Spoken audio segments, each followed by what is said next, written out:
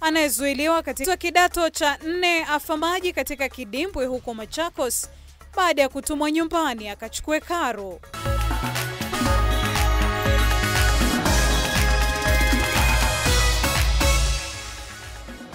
Naam, jina langu ni Mili ya Kisenya, pale pembeni nafahamika kama Clement Muli.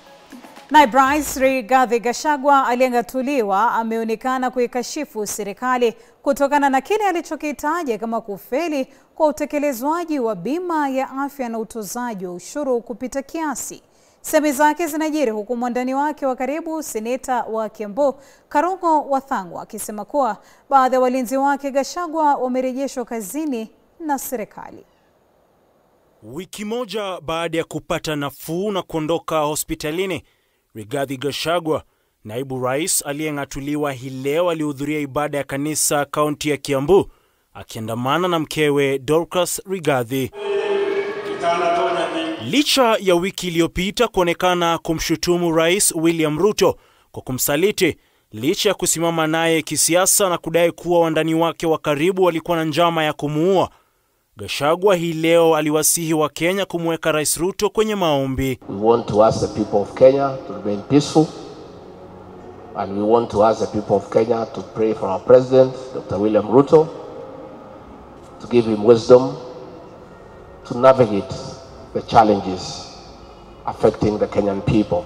Rai zake za maombi kwa Rais William Ruto zilifuatiwa na semi zilizoonekana kuikashifu serikali aliyohudumu hadi takriban wiki 2 zilizopita. Gachagua alionekana kutilia shaka bima mpya ya SHIF, akililia wa Kenya kuhangaika katika jitihada za kutafuta huduma za afya. Because of failing health systems, and the president has a big job to do. We want to ask prayers for him, for God to give him wisdom, so that the people of Kenya can get some relief as they go about their businesses. Gachagua vilevile alirejelea semi zake za Jumapili iliyopita, hii leo akililia wa Kenya kutozwa ushuru kupita kiasi. Our people are feeling helpless because of economic adversities, because of overtaxation.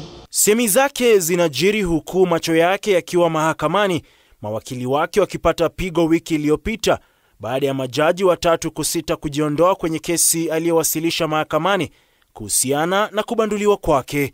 Ian Keitani, runinga ya K24, Nairobi. Na viongozi wa kisiasa wakikashifiwa kwa kutumia jukwaa la kanisa kutafuta umaarufu, Rais William Ruto amejitokeza na kupinga dhana hiyo. Amedai kuwa nia yake ya kuhudhuria ibada ni kutafuta wokovu. Rais Ruto alitumia fursa hiyo pia kutetea bima mpya ya afya, akisisitiza kuwa italeta usawa katika utoaji wa huduma za afya hapa nchini. Rais wetu mpendwa, Jumapili, na kama ilivyo ada, Rais William Ruto alitua kaunti ya Uasin Gishu kwa ibada ya kanisa katika kanisa Katoliki la Our Lady of Mercy huko Moiben. Na bila kupoteza wakati, Rais Ruto alitumia fursa hiyo kujitetea kuhusiana na tetesi za wanasiasa kuhudhuria ibada ya kanisani kutafuta umaarufu. We don't come to church to do or to look for politics. Sisi tunaelewa mahali ya kutafutana na masiasa na makura. Tunajua mahali ya kwenda kutafuta hiyo maneno. Tukikuja kanisani, tunakuja kwa sababu tuko na mpango ya kwenda mbinguni.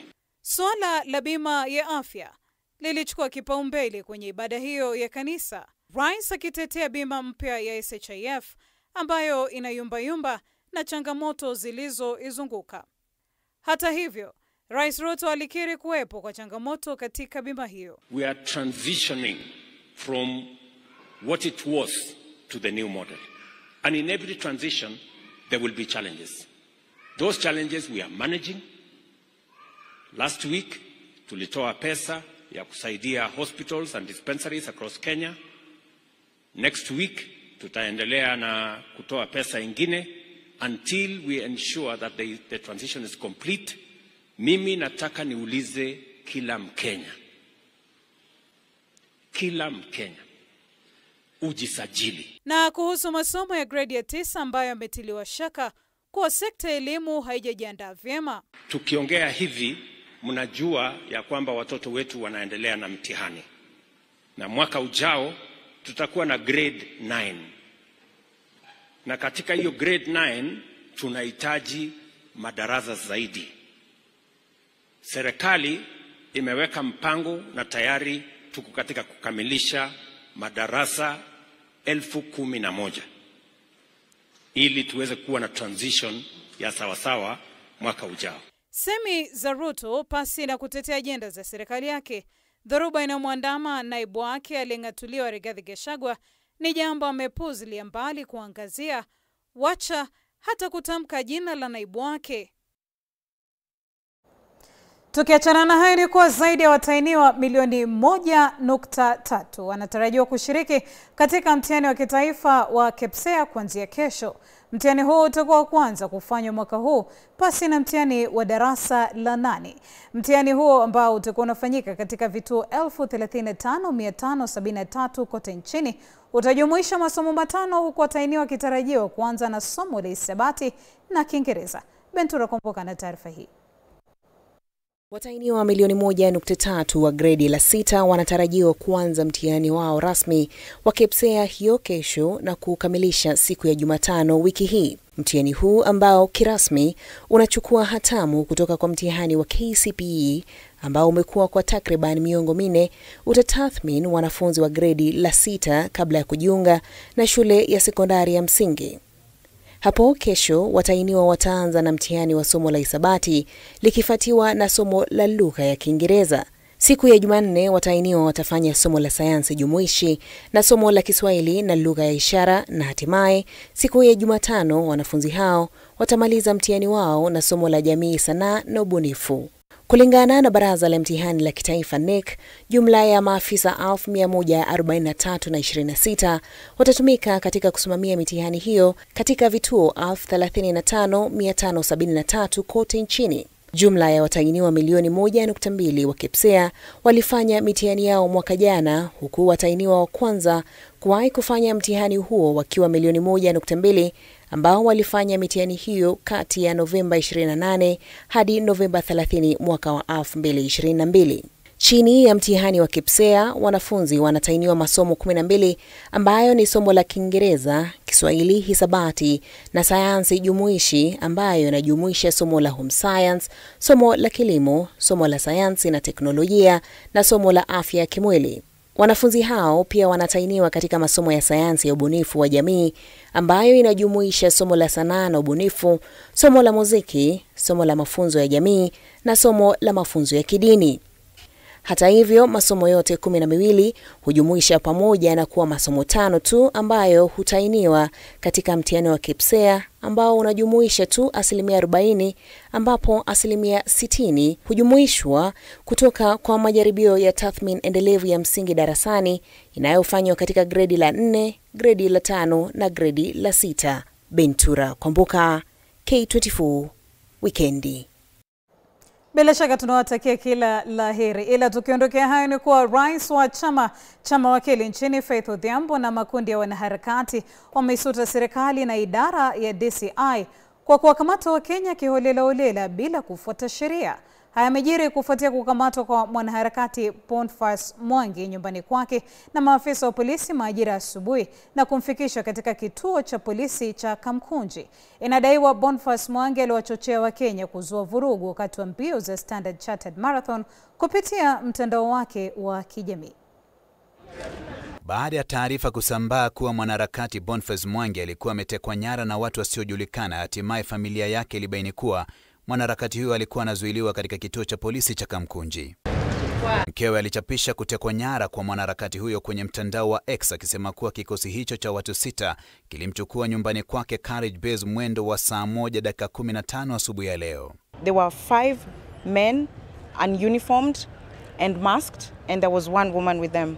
And they walked him out and they didn't say who they were, they didn't say where they were coming from, what they were taking him for, why they were taking him. They just left. So, of course, just trying to find and locate. So I'm glad, with the help of LSK and friends and comrades, that we've been able to find where he is. And so we must reject and reject continuously and ensure that this behavior stops. Because once they come taking people like this from their homes in front of my sons, he was at home with his sons. My son watched all this. What happens to children, our children as they're growing up, watching these things happening, not knowing whether their father is going to come back home, not knowing if he will even get to where he's going. Akizungumza katika kituo cha polisi cha Kamkunji alipokwenda kumwona Mwangi, rais wa chama cha wanasheria nchini LSK Faith Odhiambo ametaka kusitishwa kwa ukiukaji wa haki za binadamu na badala yake mabadiliko yafanywe na idara husika ili kufanya kazi pamoja na Wakenya, huku akiilaumu serikali kwa kukiuka katiba. It's quite unfortunate when he asked the reasons he was being picked up. There was no reason. They informed him that they were following orders. He was then taken to Nairobi area, then thereafter brought here.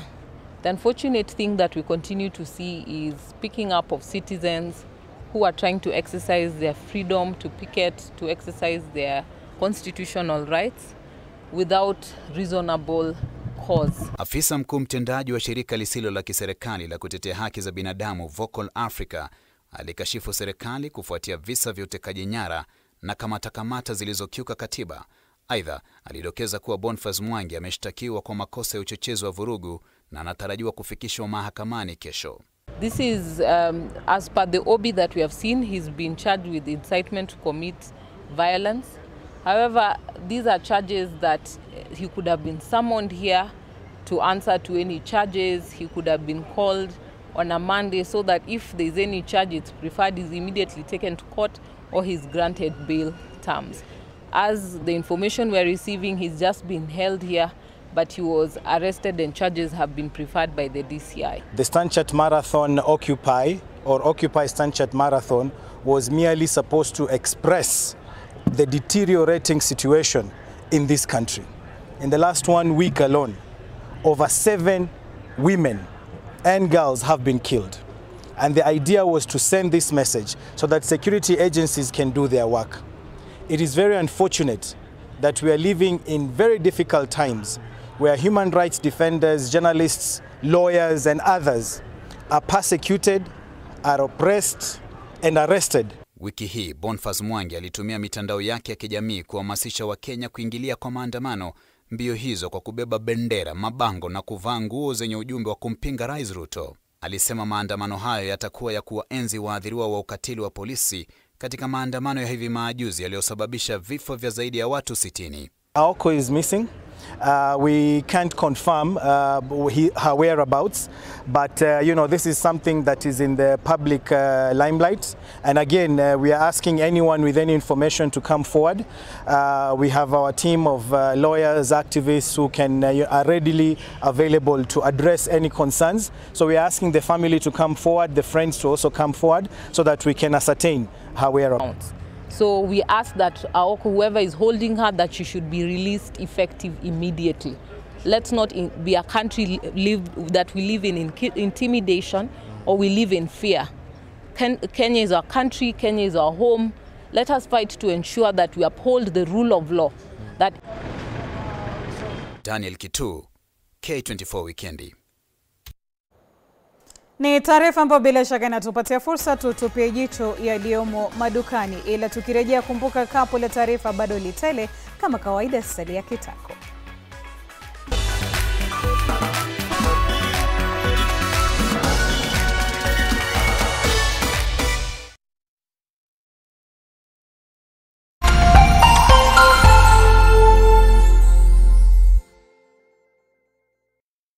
Are you a church and seeking to reach an